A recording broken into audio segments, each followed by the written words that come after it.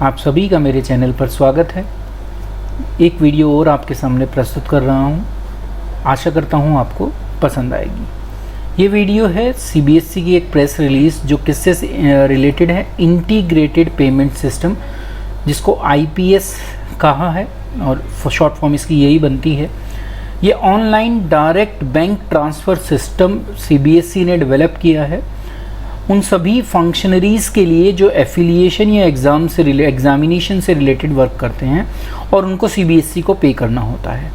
तो कैसे पेमेंट की जाएगी, जो इंस्पेक्शन कमेटी के मेंबर्स होते हैं जो एफिलिएशन और दूसरे इंस्पेक्शन वर्क सीबीएसई के लिए करती हैं, उनको कैसे स्कूल के रिज़ल्ट में, मतलब कि जो हम एग्ज़ामिनेशन में डिफरेंट फंक्शन परफॉर्म करते हैं और सीबीएसई हमें उनके लिए पे करती है, उनको पेमेंट कैसे डायरेक्टली की जाएगी, उससे रिलेटेड ये प्रेस रिलीज़ है।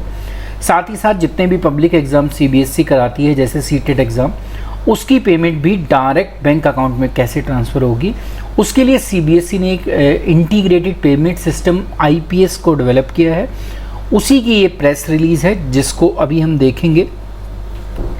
तो देखिए, प्रेस रिलीज़ आई है 12 अक्टूबर को। इंटीग्रेटेड पेमेंट सिस्टम से पेमेंट सिस्टम उन्हीं तीन चीज़ को बताता है जो मैंने आपको अभी बताया, affiliation, board exam and competitive exam. जितने भी फंक्शनरीज इसमें इन्वॉल्व होते हैं उनको किस तरीके से पेमेंट की जाएगी, उसके लिए इस इंटीग्रेटेड पेमेंट सिस्टम को डेवलप किया है। सीबीएसई ने कहा है कि पेमेंट की जाती है डिजिटल गवर्नेंस की तरफ, अभी वो जा रहे हैं। जैसे जैसे हम पोस्ट पैंडेमिक वर्ल्ड में जा रहे हैं, तो एक ऐसा रिलायबल पेमेंट मैकेनिज़्म डेवलप किया है सीबीएसई ने जो ये मैनेज करेगा और डिसबर्स करेगा जितनी वेरियस पेमेंट की जाती हैं इन सभी फंक्शनरीज़ को थ्रू इंटीग्रेटेड पेमेंट सिस्टम, जिसको आईपीएस बोला गया है शॉर्ट फॉर्म में। जो ये न्यूली डेवलप्ड सिस्टम है, ये digitally transformed A previous manual and time consuming system को ट्रांसफॉर्म कर रहा है डिजिटल वे में, जिससे ह्यूमन एरर को ख़त्म किया जा सके, एफिशिएंट सिस्टम को डेवलप किया जा सके। इन दो चीज़ों पर मेन फोकस है।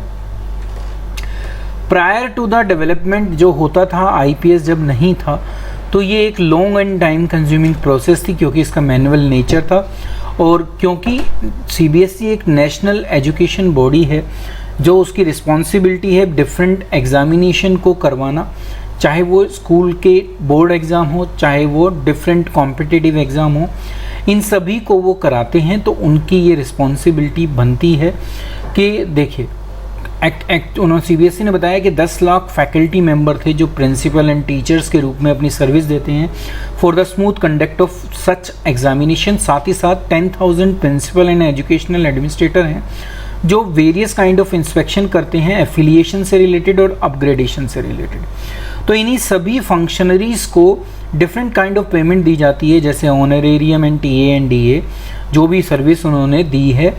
तो अभी तक वो मैनुअल सिस्टम था, तो उसमें 6 महीने तक का समय लग जाता था। अभी हमने देखा ही है, फील भी किया है कि थोड़ा ज़्यादा समय इसमें लग जाता था, क्योंकि सेवरल मैनुअल चेक्स को, उस प्रोसेस को जो है गुजरना पड़ता था।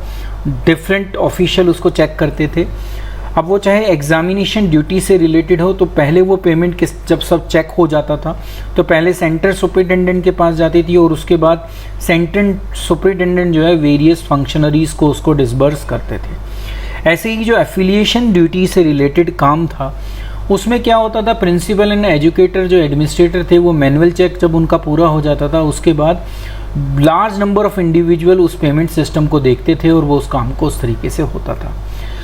तो अब जो ये आईपीएस इंट्रोड्यूस किया है, ये ऑटोमेटिक कैलकुलेशन करेगा जिससे ह्यूमन का इंटरवेंशन इसमें ना आ पाए। साथ ही साथ इसमें क्या करना होगा, अब ये किस तरीके से काम करेगा, ये आगे बताया उन्होंने कि इंस्पेक्शन रिपोर्ट जैसे ही सबमिट करेंगी वो जो ये प्रिंसिपल एंड एजुकेशनल एडमिनिस्ट्रेटर थे, जैसे वो अपनी इंस्पेक्शन रिपोर्ट देंगे इंस्पेक्शन ड्यूटी के केस में, और duty completion certificate exam duty वाले देंगे, और सारे सपोर्टिंग डॉक्यूमेंट जैसे ही जमा होंगे सीबीएसई के पास, तो आईपीएस क्या करेगा, डायरेक्ट बैंक ट्रांसफ़र कर देगा honorarium and T and DA जो भी उनको इंटेंडेड पेई को मिलना था। तो ये किसके थ्रू अचीव करेगी सीबीएसई? एक सॉफ्टवेयर इंटीग्रेशन बनाया है और बैंक पेमेंट गेटवे सिस्टम बनाया है। The system rely on self declaration and certification and has considerably improved the ease of undertaking such transaction. IPS जो है ऑटोमेटिक वैलिडेशन चेक करता है, जो टाइम को रिड्यूस करता है, कंप्लीट उस पेमेंट प्रोसेस को छोटा कर देता है। साथ ही साथ कोई भी फॉल्स ट्रांजैक्शन नहीं हो पाएगी, ना ही कोई नॉन जेन्युइन डिसबर्समेंट हो पाएगा। तो ये सीबीएसई के लिए भी बेनिफिशियरी है। तो ये सारा काम आईपीएस का जो सिस्टम है ये इसीलिए डेवलप किया है कि ईज़ ऑफ डूइंग बिजनेस को प्रमोट किया जा सके, जो गवर्नमेंट का एक मेन इनिशिएटिव है। साथ ही साथ ईज़ ऑफ लिविंग को भी आगे बढ़ाया जा सके, उसी लिए इसको क्या किया है, डेवलप किया गया है। इंस्पेक्शन पेमेंट के लिए, बोर्ड एग्जामिनेशन की पेमेंट के लिए और सीटेट एग्जामिनेशन ड्यूटी की पेमेंट के लिए या और पब्लिक एग्ज़ाम की पेमेंट के लिए।